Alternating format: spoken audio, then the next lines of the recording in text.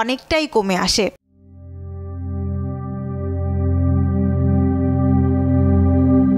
তবে বিজ্ঞানীরা সবচেয়ে বেশি গুরুত্ব দিয়েছেন মানুষের মনস্তত্ত্বের একটি বিশেষ দিককে। এর নাম হ্যাবিচুয়াল কনফিডেন্স বা অভ্যাসগত আত্মবিশ্বাস। এই মনস্তাত্ত্বিক ধারণা বলছে মানুষের মস্তিষ্ক নিয়মিত ঘটে যাওয়া কোনো কিছুকে ধীরে ধীরে বিপজ্জনক হিসেবে গণ্য করতে ভুলে যায়। অর্থাৎ আপনি যদি প্রতিদিন নির্দিষ্ট একটা রাস্তা পার হয়ে অফিসে যান এবং প্রতিদিন কোনো দুর্ঘটনা না ঘটে, তাহলে ধীরে ধীরে আপনার ভেতর এক ধরনের নিশ্চয়তা তৈরি হবে। আপনার মস্তিষ্ক ধরে নেবে ওই রাস্তাটা নিরাপদ। এর ফলে ধীরে ধীরে আপনার সাবধানতা কমতে থাকবে। এখন ধরুন যে লোকটি প্রতিদিনই ট্রেন লাইন পার হয়, সে প্রতিদিনই দেখে এখানে ট্রেন নেই। প্রতিদিন ট্রেন ঠিক একই সময়ে আসবে এমনটা নয়, আর তাই ট্রেন আসার সম্ভাবনা তার মাথায় থাকে না। সে ধরে নেয় এই জায়গাটা অন্য জায়গার চেয়ে নিরাপদ। এই ধরে নেওয়ার অভ্যাসটাই হয়ে ওঠে বিপজ্জনক।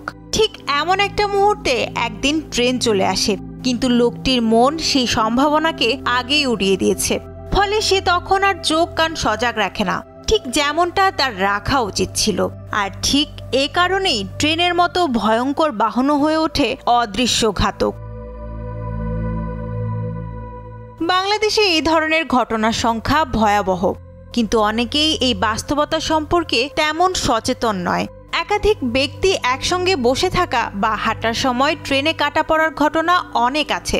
তাদের প্রত্যেকের কানে নিশ্চয়ই হেডফোন ছিল না, প্রত্যেকেই নিশ্চয়ই সমানভাবে অসাবধানও ছিল না, বরং তারা আসলে হ্যাবিচুয়াল কনফিডেন্স বা অভ্যাসগত আত্মবিশ্বাসের শিকার হয়েছেন। এই অভ্যাসগত আত্মবিশ্বাস সম্পর্কে গবেষকরা বলছেন, মস্তিষ্ক যখন ধরে নেয় যে কোনো বিপদের আশঙ্কা নেই, তখন সেটি সত্যিকারের বিপদেও সতর্ক হতে ব্যর্থ হয়। বিশেষ করে ট্রেনের লাইনে, যেখানে অন্যান্য যানবাহনের মতো প্রতিনিয়ত কোনো ঝুঁকি অনুভূত হয় না। এই বিশ্বাসটাই মানুষকে ভুল পথে পরিচালিত করে, যার ফলাফল মারাত্মক হয়ে ওঠে। তাই ট্রেনের লাইনের কাছে গেলেও নিজের কানকে কখনো বিশ্বাস করবেন না। চোখই হতে হবে আপনার সবচেয়ে বড় হাতিয়ার। ট্রেনের লাইনে যখনই যাবেন বারবার নিশ্চিত হন যে লাইন ফাঁকা, ট্রেন আসছে না, এবং অবশ্যই সিগন্যাল মেনে চলুন। ট্রেনের সঙ্গে বন্ধুত্বপূর্ণ সম্পর্ক তৈরি করবেন না, এর মাসুল কখনো কখনো জীবন দিয়ে দিতে হয়। মানুষের জীবন একটি মূল্যবান উপহার, সেটি রক্ষার জন্য আমাদের প্রতিদিনই সতর্ক থাকতে হবে। কারণ ট্রেনের মতো অদৃশ্য ঘাতকের সঙ্গে একবার ভুল হলেই দ্বিতীয়বার সুযোগ পাওয়ার কোনো সম্ভাবনাই থাকে না।